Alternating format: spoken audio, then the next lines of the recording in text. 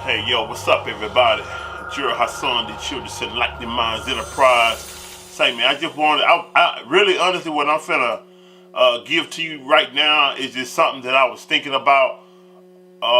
Basically, it was more random than anything, and it's just as a result of all of the stuff that I've been seeing on Instagram, Facebook, on the news, so on and so forth. And I've actually even spoke on it before, but I'm going to say something about it again, more in depth, at least. Going to be my objective. And so, no notes, no even pre-conversation about it. Just I'm coming off the dome, coming out the heart with it. And so, let's get straight into it. And what I want to talk about is basically, we complain and talk about all of the problems, right? In regards to people, we talk about the problem kids. We talk about things that we don't like that they do. We even frown on the adults, that we dealing with. The problem adults with all type of mental or character flaws or social issues. So, and while one side of me say, live and let live, because no matter, even if it's your child, we can't change nobody.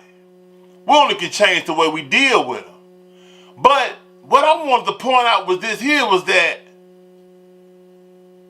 I really wanted to emphasize more so on not just what we're dealing with, but to try to make it more clearer on how or why we're dealing with it. That's what I would say more than anything, why we're dealing with it. Why we're dealing with all of the character flaws, all of the problem people, a child or whatever, however we want to deal with it. And let me tell you, I'm going to be honest, because again, anything that I speak about, anything that I have to express, to share a perspective about, any of that, it coming from my own life experience. It's coming from things that I'm pulling out of myself. It's things that I've learned about myself. And so, I was once one of these children, one of these people who I would say not a part of, what they call it, living amongst, I guess, society or somewhat to say. I didn't function within the system. So, for a person who functions inside of the system, who've always done everything according to how the system has designed for it to be done, the system has a certain way it wants us to live. And that way it wants us to live is basically supportive of the system, right? Or, in a sense, it wants us to operate inside of it. In some form, way or fashion, if we operate inside of it, in some form, way or fashion, we're supporting it. Now, to operate outside of it also, they're going to get some out of that, like going against the law. We do things against the law. Anybody who functions in a criminal lifestyle, in a sense, functions outside of the system in a sense, but the system has things geared to get you back inside of it. So that's the penalties and repercussions of functioning outside the system, right? But not to get too far from that, I'm just saying I was a child that functioned on that level, and even with me having certain principles or certain levels of integrity about what I done. It's certain things I didn't do. It's certain people I didn't target. You dig what I'm saying? But yet and still, my life was outside of the system. And, one thing I realized was that I lived very counterproductively. I wasn't really living. I was working myself to death more than I was living. More than I was actually working my way to life. A lot of times people would ask me when I first came home was, how do you feel, that you home? Right? And I say, well, I'm grateful. I am truly grateful, but you have to really ask me that once I've started living what I've equated to living, which is not only just being physically free, but being able to really be productive and live a life that I guess you would say I dreamed or read about. once I start living something totally different, once I've established myself out here and start living a life that is what I planned and dreamed and desired to live, then come ask me that question. Because now I've really started to live a life that equates to really being free. So now, again, not to get too far off in that, because I plan to give you a lot of that sooner or later.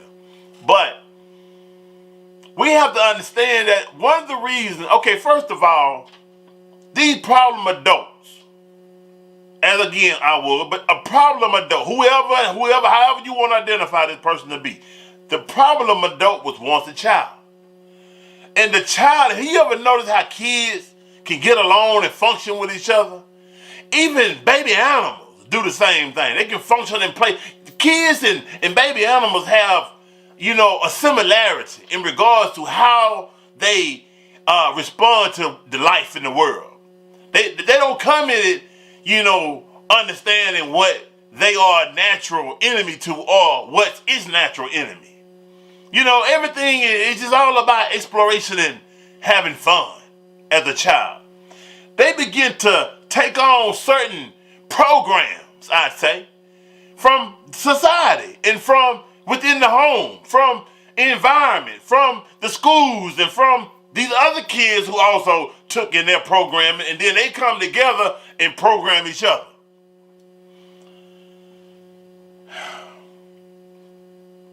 The child, we're failing, not to make this a real long, drawn out, detailed discussion.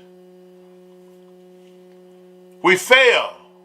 Every individual fail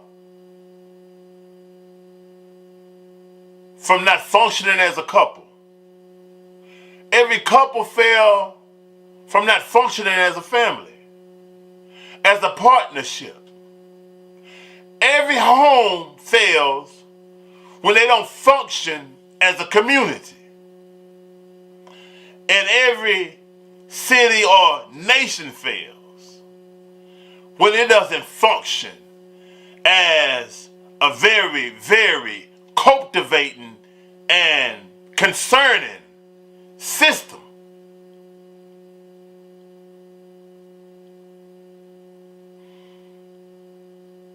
It is the culture of each home, each neighborhood, each community, each city that largely determines what fruits that the tree is going to bear. The culture. So, if we don't have a desire to individually and collectively, because individually only going to go so far. At some point, we got to reach a point to where I desire to not just survive.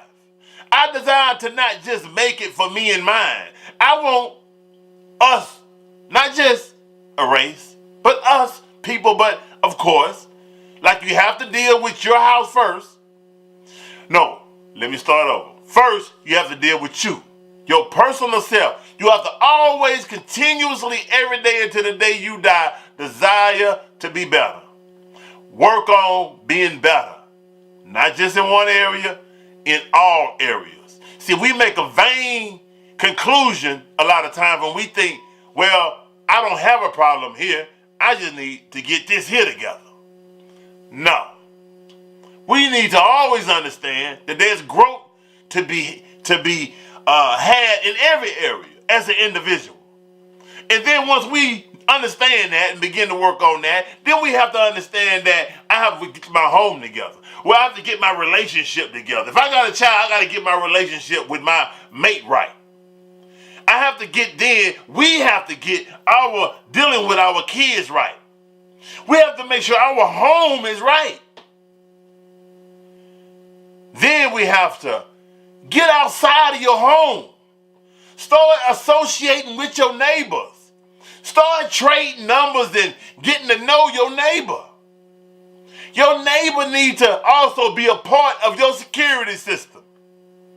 Your neighbor needs to also be a part of making sure your child is in alignment. But see, of course you're not going to let a person you don't know do that. Or of course you're not going to let a person who you don't agree or like that, or better yet, even see that they have a healthy home themselves.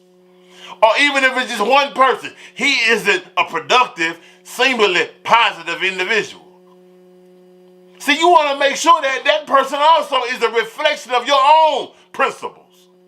And when you see that, then you move beyond that and start, okay, we can work as neighbors, we can get out and maybe put something together and work as a community. Then we start going into the schools and making sure that the teachers understand who we are and what we want, and also the teachers and vice versa.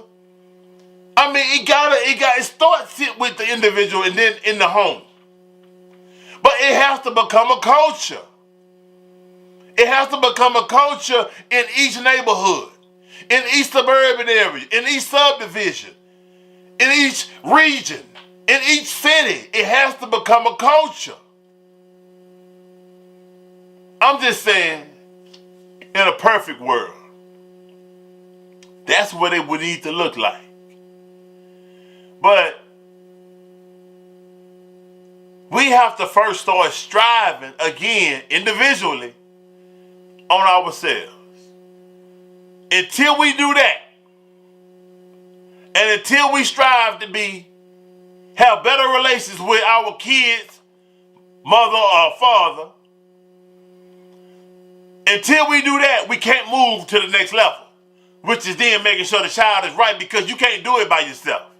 No matter how perfect you think you are, no matter how together you think you got it, you cannot do it by yourself when it comes to them kids. If it was that way, then God wouldn't have required two people to even make it possible for you to produce two kids. I mean, for you to produce a child. So, once we get that right, and we move to the child, then we have to make sure everything that the child has or get in contact with, also share your principles. I mean, as best you can. Again, we can't change nobody, but as best you can. You see, now we're in a position where we can homeschool if possible.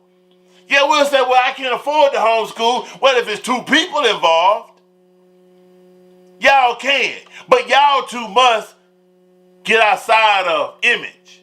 Get outside of materialism. Get outside of all of that nonsense. Make some sacrifices and not care so much about what a person may think. Just because y'all downgraded from this 5-bedroom house, 2-story, and he got these 2 foreign cars outside, and maybe move down in some cash cars, some nice dependable cash cars of some sort, and a home that's decent and it fits all you need. Now you can't mentally be healthy and strive mentally in a shack. I don't believe that. I don't believe that. Not in the shack and everything around you looks better than a shack. Then you're not going to be able to feel too healthy like that. I get that. So I'm not saying that at all. No. I'm saying, yeah, you want to still have some very nice things. You want to look the best. You want to make the most of what you got. But you have to be honest with yourself too. I'm telling you. I said all that to say that the child don't always have to go to school. If that school becomes a bad place for that child, homeschool or find a place that you know share your principles. Go beyond. And if we talking about, well, you gonna work and I'm gonna work and we gonna have all this and still do this, okay, then we gotta be ready for them to make another sacrifice. Because I'm gonna tell you, we can think all that material shit gonna really matter. But when we find out our child is on some rogue shit, and we start talking about, why when I done all this, that, there for you, nah. You see, we putting value in the wrong thing. We putting value on shit that isn't gonna make it that the stuff that we putting value into isn't gonna put substance into your child. Isn't gonna make your child the kind of person that can deal with things or respond to life like the child should, or maybe like you would like to, or maybe like you would say that the child should when life start putting them licks on them. And life gonna bang everybody up. And if you don't have what it takes within you, we say heart, if the individual don't have that makeup in them, they're not gonna be able to deal with life.